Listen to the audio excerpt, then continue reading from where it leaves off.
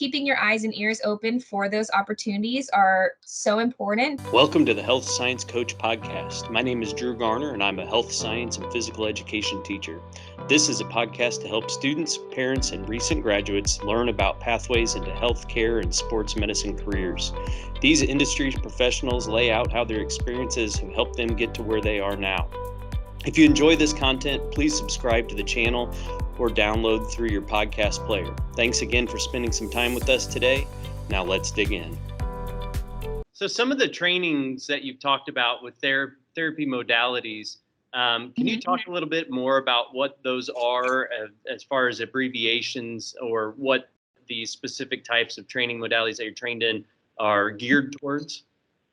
Absolutely. So I think a big one, because it takes a lot of training, is play therapy. And so play therapy, people think of play therapy as you have a 3-year-old in the room and you're going around playing with toys, and that's, you're making it therapeutic somehow. So play therapy is not something that's evidence-based in the traditional sense, but it is something that's gaining evidence-based. So there's research happening on play therapy every day and different types of play therapy. And so play therapy does involve utilizing the language of play, because play therapy believes that play is its own language, play is its own developmental piece. And we all need to play, and we all need to connect with the part of ourselves that is having fun and playing in order to heal. And so there are different ways to play that follow theories that lead to achievable outcomes. And so play therapy, it is something you can have a certification on and have letters behind your name. And so the letters is usually, an RPT, which I need to go fill out the paperwork for, but which is an RPT. And so you could be a registered play therapist. Another huge one that's out there right now, and I mentioned it a little bit earlier, is EMDR. So EMDR is eye movement desensitization and reprocessing. And so really the base of EMDR is using your brain and your brain natural processing unit to reprocess and desensitize yourself to traumatic events. And so it's really cool. I was on this research project at K-State. So I got training while I was at K-State in EMDR. And so I'm looking to be certified here soon. And we actually attached people, we put caps on them and little metal sensors that was tracking their brain waves while we did EMDR, which involves either moving your eyes or, having something that stimulates your body back and forth on each side of your brain to kind of stimulate this process of processing, desensitizing, and reprocessing a traumatic event that happened, so that you can decrease the symptoms that come out of it. So let's say, for example, you were in a car accident and one of the symptoms that came out of it was a fear of cars. You could utilize this evidence-based practice, EMDR, to then reprocess how you remember that car accident and what you learned out of it, and what about your worldview changed that cars were now dangerous or whatever it is. Right. Then you could desensitize to it, so that same stimulus, that same trigger, does not affect you as much anymore. And then you can reassign, a new meaning to that event, so that it's no longer distressing. And there's really cool brain-based research coming out that is talking about the effectiveness of this. It's actually the leading therapy modality for soldiers and military coming out of active duty. That would make a lot of sense. Yes. That's really interesting that reprocessing the event and re-identifying has so much powerful impact on a patient.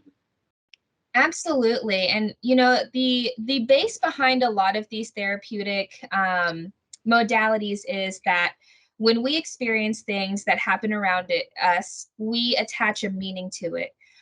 We attach a feeling to it. We attach a thought to it. I'm not safe anymore. I am not good. I only break things. I am only in trouble. And that those distressing thoughts or feelings about ourselves will cause symptoms, will cause us to um, be cause us to be triggered in different ways that can impact, you know, the way we relate to others, that can impact our behaviors and different facets in our life. And that working through those processing, and that processing can look like talking about it. It can look like playing about it. It can look like, you know, different scientific measures like the EMDR, where you don't necessarily have to do a ton of talking, but your brain is reprocessing. That reprocessing and attaching new meaning to scary or painful things can guide healing. Yeah. And can redefine who we are or what we believe about the world. So when you're dealing with patients or clients in their mental health, what does kind of the ideal client or person look like that you would see come in to talk with you? I mean, there's got to be some qualities that they have to have, like a self-realization of, hey, we need to have this somebody helping with us with our mental health, as well as that kind of vulnerability to actually talk about the things that are going on. So what does that ideal client kind of look like? Absolutely. And I think you hit the nail on the head, like recognizing I need help. And the biggest piece that I look for in clients coming in is the readiness for change, because you can know that you need to change, but maybe not be ready for it. And you can come in somewhere and say, these are the things that are wrong. These are the things that I want to change. But if you're not in a place where you are ready, where you are, you know, able to become vulnerable, or where you're willing to take action or willing to begin processing and talking about it, then the best therapy techniques are not really going to go anywhere. So the only, I think, qualification or thing that I would indicate a successful client to me is readiness for change. That when you come to me, you are saying, I'm ready to go through this process, and I'm ready to heal. Okay. And that's it. Yeah. Yeah. I think that I mean, that just as simple as that, to be able to really just say, I'm ready and I know that I need some help, or that we need help. As far as professional development, you kind of talked on it a little bit as far as different states and how many hours that you need. What are the industry trends that you're kind of seeing as far as mental health? Mhm. And yep. Yeah. So one of the biggest things that are, I think, trending, and there's becoming more and more professional development available on it, is suicidality and self-harming. Um, there's not really any hard and fast thoughts on, you know, why this is trending, or any research that's been able to be done. I think, for me, I'm noticing, um, I think for one of the first times in our lifetimes, and so millennials, Gen Z, you know, the lifetime of those that are, you know, young, or, you know, young adults, or, you know, Right. in their mid adulthood, we've all experienced a massive group trauma.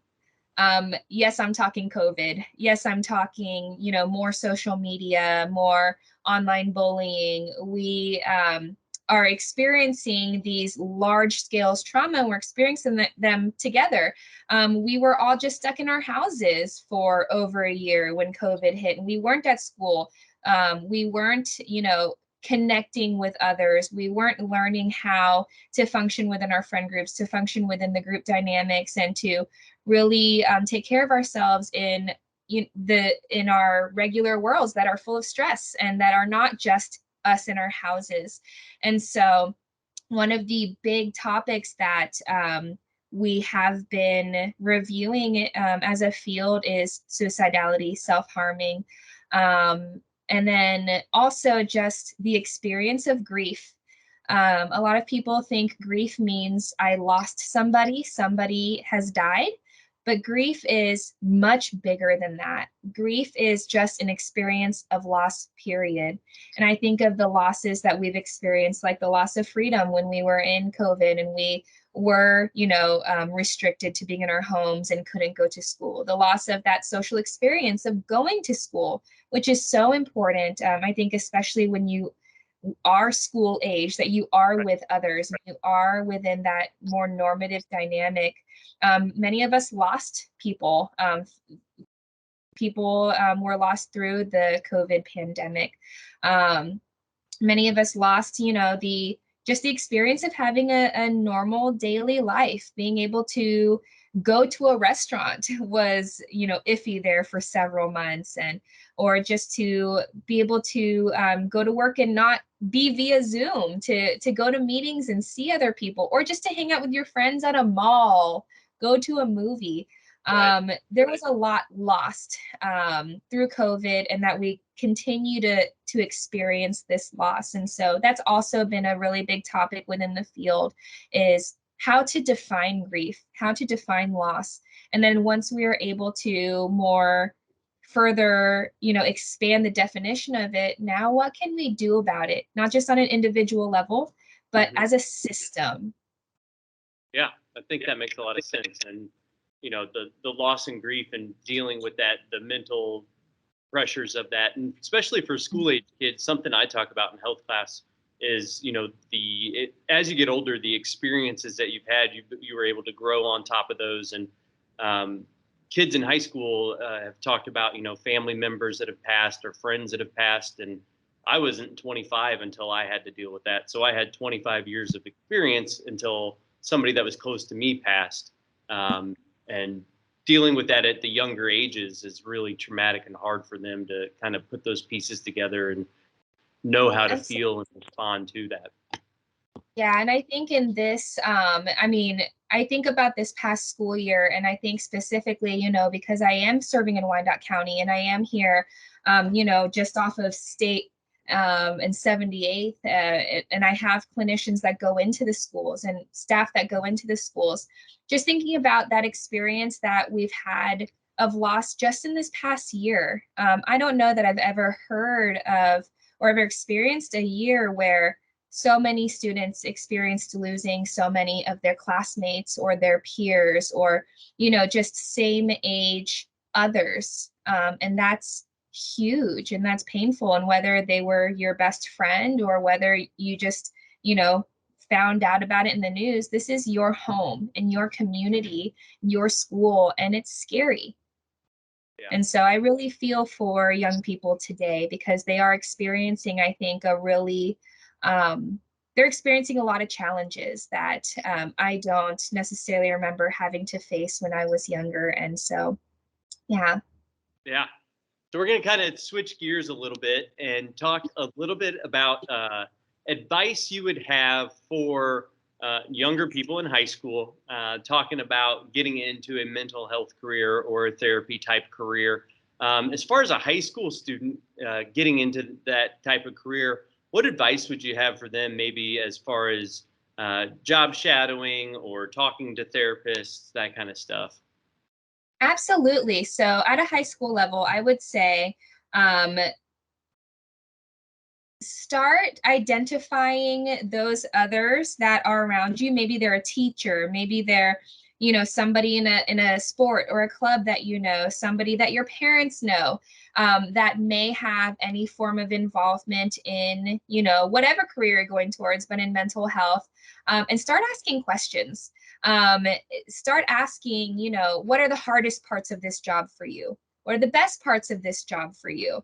How hard was it to get into this field? How many jobs have you had in this field? What kinds of jobs do you like? And really just identifying the people who'll be real with you, who can really tell you about their full experience, but also taking that with a grain of salt, because everyone's different. Everyone's experiences will be different, and they'll enjoy the same career in different ways. Also starting to maybe experiencing some volunteering. I'm trying to think of agencies. So In terms of job shadowing, it would be really difficult to shadow therapy because we are bound by laws of confidentiality. And so at high school level, it would be difficult for mental health therapy shadowing, but maybe volunteering with agencies that involve mental health or involve, helping others in different ways. This could be, something as volunteering at the animal shelter and working with helping people, identify and attach with their animals, or volunteering with Boys and Girls Club, or volunteering with anywhere that involves working with others, because when we get down to the base of it, that's what this is about. We want to work with and help others. And that at the high school level, and also starting to research about what kinds of this career are out there. Where would I have to go to school for this, and where could I start? Yeah, I think that's good options. As far as a college undergraduate, you kind of talked about this a little bit earlier with that finding your mentor once you kind of find your path, or finding that mentor to help you find your path. I think that's really sound advice for that college advice. Do you have anything else to add with that as far as like a sophomore, junior in college? Yeah, I would just say don't take as many different classes and as many different types of specializations as you can. I think really liking a certain class is a good maybe way of even finding a mentor. People teach within this profession and within this career because they have a passion for it and they want to teach and they want to mentor. So if you feel, shy about it, and if you're like, well, what if they don't want to talk with me? What if they don't want to guide me? What if they don't want to sign up for this? They're up there at the podium and they made those PowerPoints and they sign up for this, and it's their job because they want to. Also, finding any sorts of internships that you can. Many mental health agencies do have bachelor's level internships that people can get experience in the field. Like social work will have internships. The case management will have internships. Different pieces like that. And find your mentors out in the community.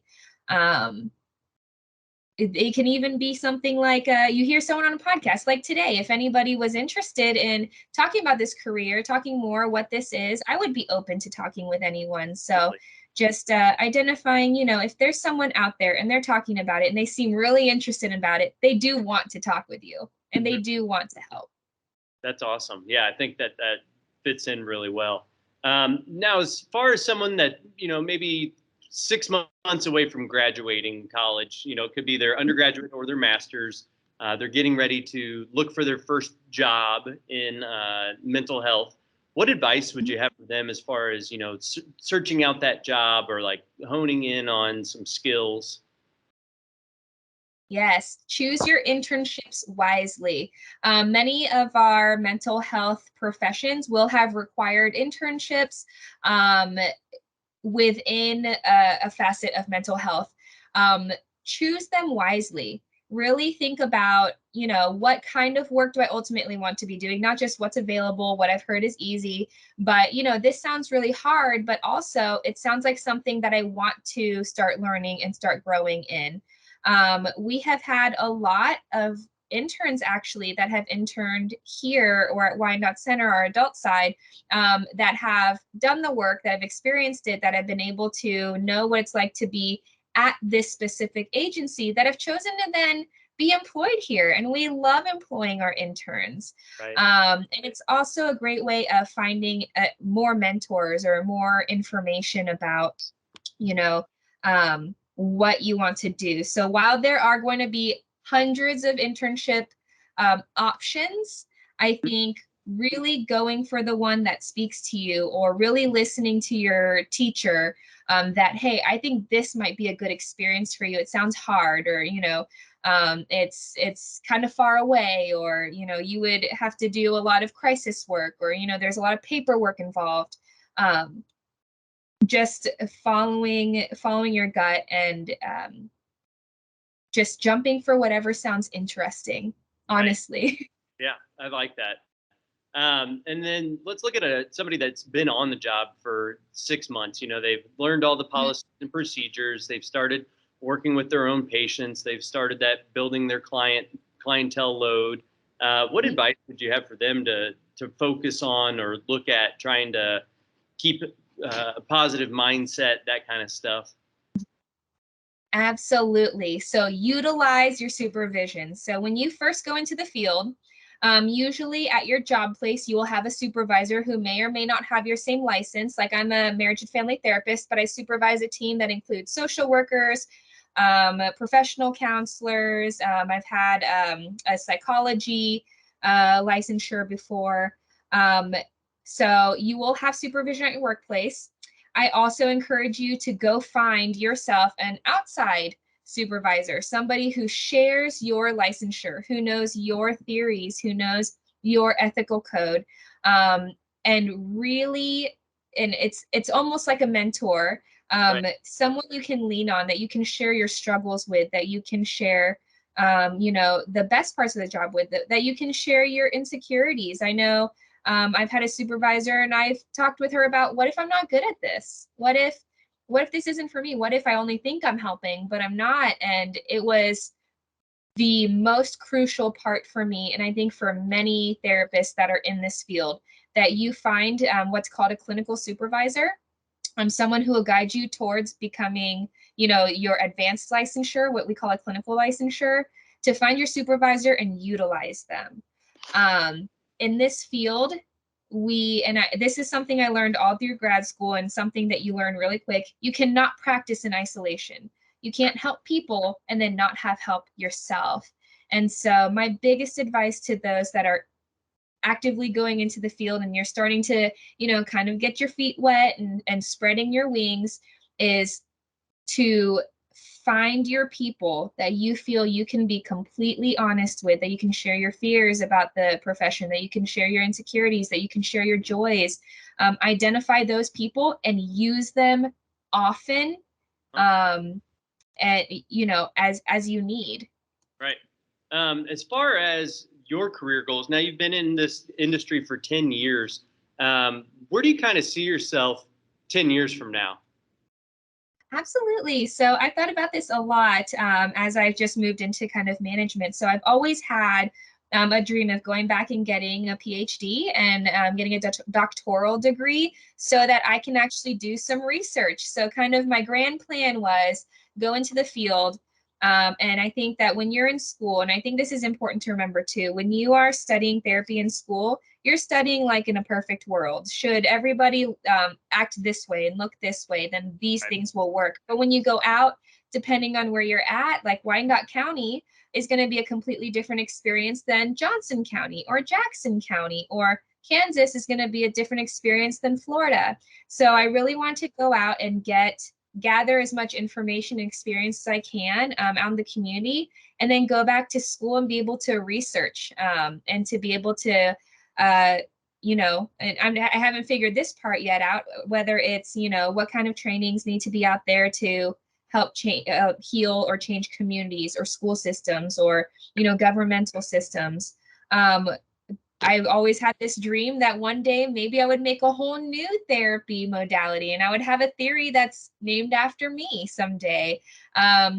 Just getting that PhD level and being able to research something to kind of make my mark and help move the profession forward. And that's always kind of been my goal. Is I don't want to feel stuck somewhere. I don't want to feel like I'm just, another runner. I want to, everywhere I'm going, feel like I'm making the best impact that I can.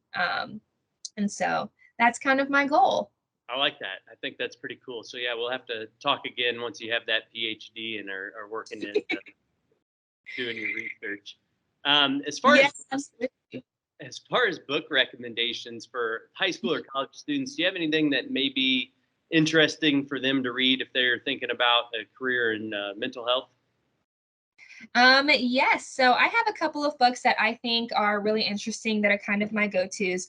Well, one actually is our DSM. So I actually have one here because it's my best friend. It's the Diagnostic and Statistical Manual of mental disorders. So this is actually the comprehensive list of all of the diagnoses that we are able to give.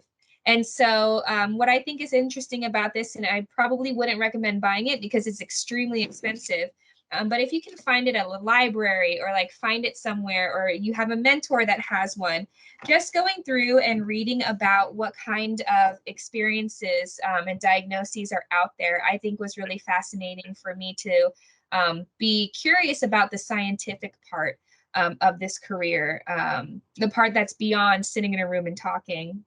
We're sitting in a room and listening. Another book that really fascinated me about the brain-body connection, the brain-body-heart connection that is within therapy. It's a really heavy, very sciencey read, but it's called The Body Keeps the Score. And it's just a lot of information about how traumas and how, experiences impact you as an individual, impacts your body, and how we hold on to trauma. So that is a pretty big read. I would recommend anybody that's going into any helping profession that involves others or other systems to read a book that's called Trauma Stewardship, and it's by Laura Vander Lipsky. She has a really and I don't even know if I did that last name correctly. So what that book is about the experience of being a helper. Okay. The experience of being somebody that works with people or works with systems or works with this world, how that might impact you and what you can do to protect yourself and protect that part of you that is a helper and that is a caretaker.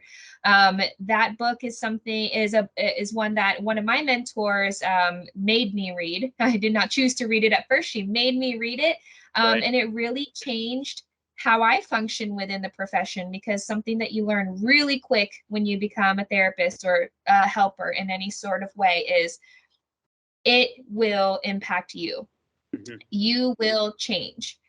You will have to build different unique boundaries and walls and different protective ways to keep that pain from impacting you. And so what that book is all about is how you can recognize if trauma of others is impacting you and what you can do about it, how you can take care of yourself. So I recommend that book for anybody that works with others. Yeah, I like that. As far as likes and dislikes, as part of your professional career, if you dislike blank, then being a mental health professional is not for you. Yes, I would say first and foremost, if you dislike hearing others' problems, this career is not for you. People are right into that book recommendation about, hearing their problems and how it affects you. Yes. If you are not somebody who likes to talk with somebody or likes to listen or likes to, deal in people, if you get irritated by the grocery store clerk that says hello, then this is not the career for you, because it is an all people career. Absolutely. So then if you do like blank, like you kind of mentioned, helping people and talking and listening, this might be the right career path for you. Do you have anything else you'd like to throw in there? I would say if you just like the psychology piece, the psychology of change, the psychology of people, and you're someone who likes to, research or put pieces together, fix, the puzzle pieces, but specifically you have that curiosity in people, this would be a really great field to explore. Like I said, there are different levels and types of therapy, different things that you can do in this career. And we need people that are in it for the curiosity, for the research, for just figuring out what makes people tick and what we can do about it, for the problem solvers. We need those people to be in this field as well, to be, well-rounded. We need our scientists. We need our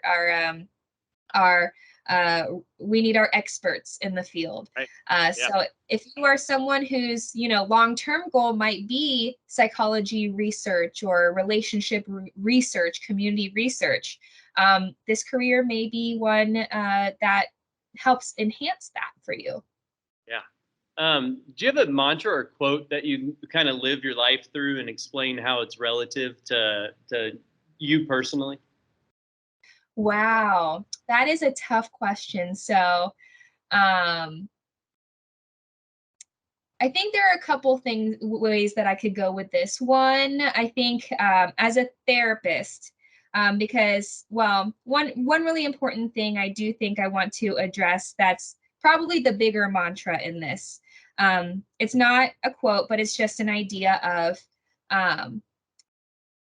being a therapist is part of what you do and it's part of your interest, but it doesn't have to be all of you. And so I think people look at therapists sometimes and they're like, wow, they're a really calm person. They've got it all together. They're holding all the pieces. They know something that none of us know. And I bet they're doing great. Right. So one of the pieces that I think has been really important to me and to some of my friends that are in the field is remembering that we are still us, outside of the room, outside of, when I'm managing, or outside of when I'm training or doing podcasts and things like that, like today. I am still Diane, and I still have my flaws and my faults. I still make mistakes, and I don't always practice what I preach. Those types of things that being a therapist is just a piece of who you are and a part of you, but it doesn't have to be everything. You can still be yourself and have this other part where you have this passion and can work with others.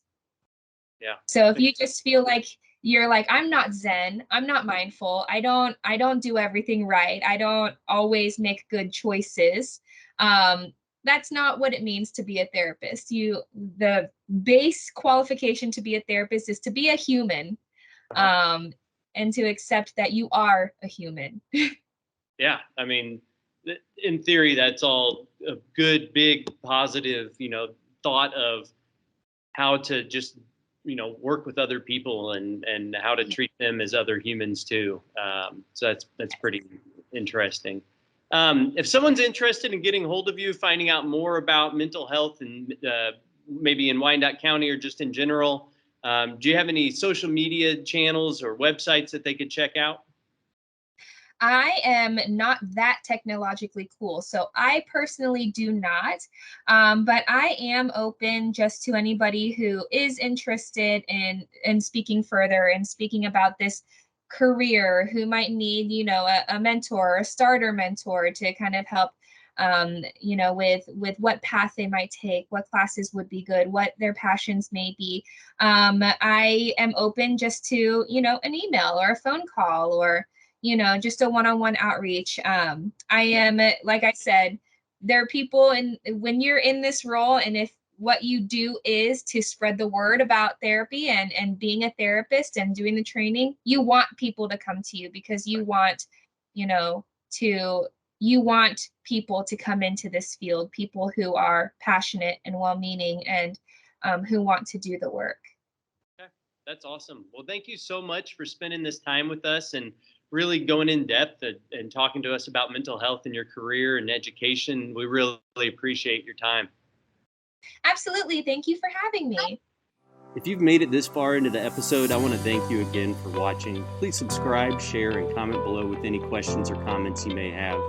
If you're interested in more information about other professions within healthcare careers, please visit healthsciencecoach.com and talk to your school counselor or academic advisor.